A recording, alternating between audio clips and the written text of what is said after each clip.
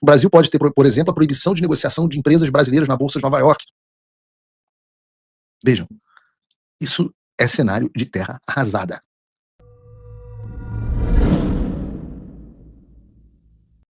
Não para por aí. Porque o ministro Gordola vai se preparar para os próximos passos. Ora, o Supremo Tribunal Federal sabe que o castelo está ruindo. E eles estão tentando mostrar que são capazes de reagir. Como eu disse, não gostaram de ouvir dos bancos que eles não teriam a capacidade, a onipotência no Brasil. E eles estão dispostos a dobrar a aposta. E como? Ora, vejam o absurdo que foi a reportagem hoje também no Globo. Reparem que eu estou trazendo só o Globo hoje, tá? Trazendo a voz do establishment. Estou trazendo a voz do establishment. Após reação de Dino, a Magnitsky, STF guarda carta na manga em caso de escalada de Trump.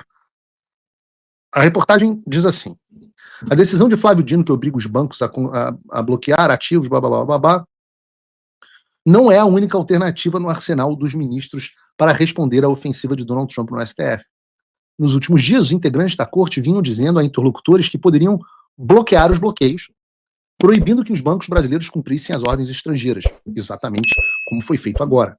Caso a ofensiva escale, porém, spoiler, vai escalar.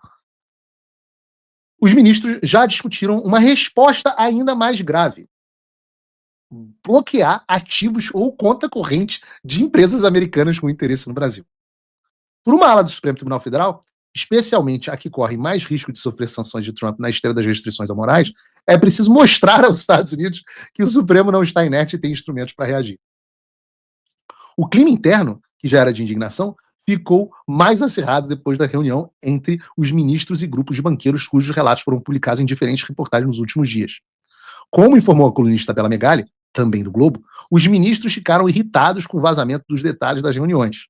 Mas em conversas com a equipe da coluna, alguns deixaram claro que o que mais os irritou foi a sugestão dos banqueiros de que não havia nada a fazer senão obedecer às restrições da Magnitsky. Acham que somos teleguiados e que não podemos fazer nada, que não temos como reagir, chegou a dizer um desses ministros. Os americanos também têm empresas no Brasil? Acham que elas estão imunes? Afirmou, sugerindo que empresas americanas podem ser atingidas por uma espécie de represália do STF a Trump. Puta merda. E eu digo para vocês, não tinha ficado claro para mim que essa reunião com os ministros, com os bancos, era a origem, era a causa dessa decisão do Flávio Dino. Mas hoje me parece que foi.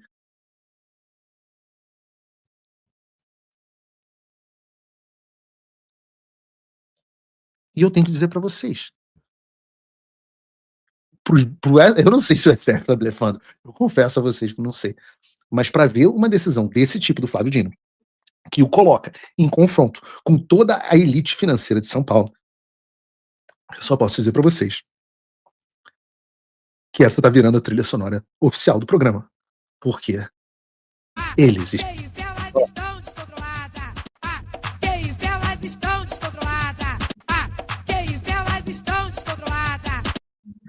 nunca interrompa o seu inimigo quando ele está cometendo um erro, como diz Napoleão Bonaparte.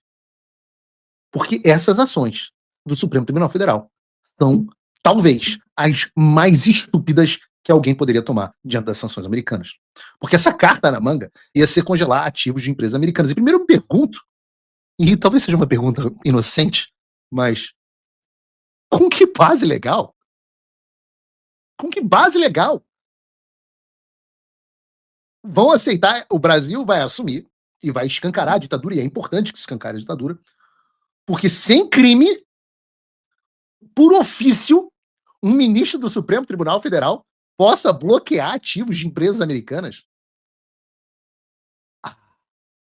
Se vocês já tinham irritado a elite econômica, eu tenho certeza que eles vão adorar essa medida. Imagina, bloquear as contas da Microsoft, da Amazon, da Apple ou da Meta como retaliação. Não é uma medida oficial do governo brasileiro com uma lei aprovada, como a Lei Magnitsky do Donald Trump. Não. É um juiz. Um juiz decide de canetada, o Trump bloqueou tal coisa, então nós vamos bloquear tal coisa aqui. Eles usarem a Microsoft como, ou sei lá, a Caterpillar, a, sei lá, Ford. Ah, eu não sei, não tem mais Ford no Brasil praticamente, né? Uma montadora americana, qualquer uma, o McDonald's, pronto. McDonald's não, que o Gordola não vai falir. Porra, velho, o Gordola não vai falir o McDonald's, né? O cara não é, ele não vai quebrar o McDonald's porque, porra, senão ele entra em estado de inanição. Vai ter que se contentar com o Bob's. Né? Tudo bem, talvez não o McDonald's. Os caras vão quebrar uma empresa americana e falar assim: não. Vamos tomar o ativo da empresa em retaliação ao governo americano. É muito pior do que o que eles fizeram com a Starlink. É fazer o que o Fidel Castro fez em Cuba. É fazer o que o Hugo Chávez fez na Venezuela. O que o Evo Morales fez na Bolívia. E eu posso dizer para vocês que o resultado para a economia desses países não foi nada bom, porque os efeitos são evidentes. A primeira coisa, isso eu posso garantir para vocês, que é o que aconteceria, seria uma retaliação brutal do Trump. Brutal. Talvez aquele porta-aviões no Lago Paranoá não seja mais uma coisa tão distante assim. Entendam, eu tenho que explicar sempre aqui, porque senão vão dizer, Paulo Figueiredo diz que porta-aviões chegará no Lago Paranoá. Esse é um momento de alívio cômico. Ok? Acalme-se. Ou não. Mas o que eu posso dizer é que dá para falar em embargos, por exemplo. O Brasil precisa de fertilizante para sua produção. Talvez o Brasil sofra um embargo de fertilizantes. Vai ter que comprar só os da Rússia, será o suficiente? Embargo é quando os Estados Unidos proíbe que as suas nações amigas façam comércio com uma nação. É algo que a Venezuela tem num determinado sentido, o Irã tem num sentido, e o de Cuba é o mais famoso. E o Brasil pode sofrer, sim, embargos pontuais. O Brasil pode sofrer tomada de ativos brasileiros no exterior. O Brasil pode ter, por exemplo, a proibição de negociação de empresas brasileiras na Bolsa de Nova York. Vejam, isso é cenário de terra arrasada. Donald Trump não vai deixar uma ação contra empresas americanas sem resposta. Outra consequência é que no momento em que isso acontecer, podem ter certeza, e nós já estamos tendo efeitos nesse sentido, o investimento estrangeiro direto vai a zero no Brasil. Zero. Porque, óbvio, quem vai colocar dinheiro no Brasil, um país onde a Suprema Corte se comporta como uma espécie de uma máfia, que pode congelar tudo que você tem sem absolutamente nenhuma base legal. Isso vai levar, além de uma zerada do entrada de investimento estrangeiro direto, uma fuga de capital avassaladora. A gente está falando de um caos no sistema financeiro. Tarifas de 100% passam a se tornar uma realidade, que significa basicamente o fim de todas as exportações brasileiras para os Estados Unidos. O Brasil vai exportar para a China. Deixa eu te contar uma coisa, velhão. A China está em sérias dificuldades. E os produtos que a China compra do Brasil não são os mesmos que os Estados Unidos compram. E mais, em termos de investimento estrangeiro direto, a gente podia até pegar um gráfico, deveríamos ter botado aqui no programa. Em termos de investimento estrangeiro direto, os Estados Unidos estão muito, mas muito à frente da China em relação ao Brasil.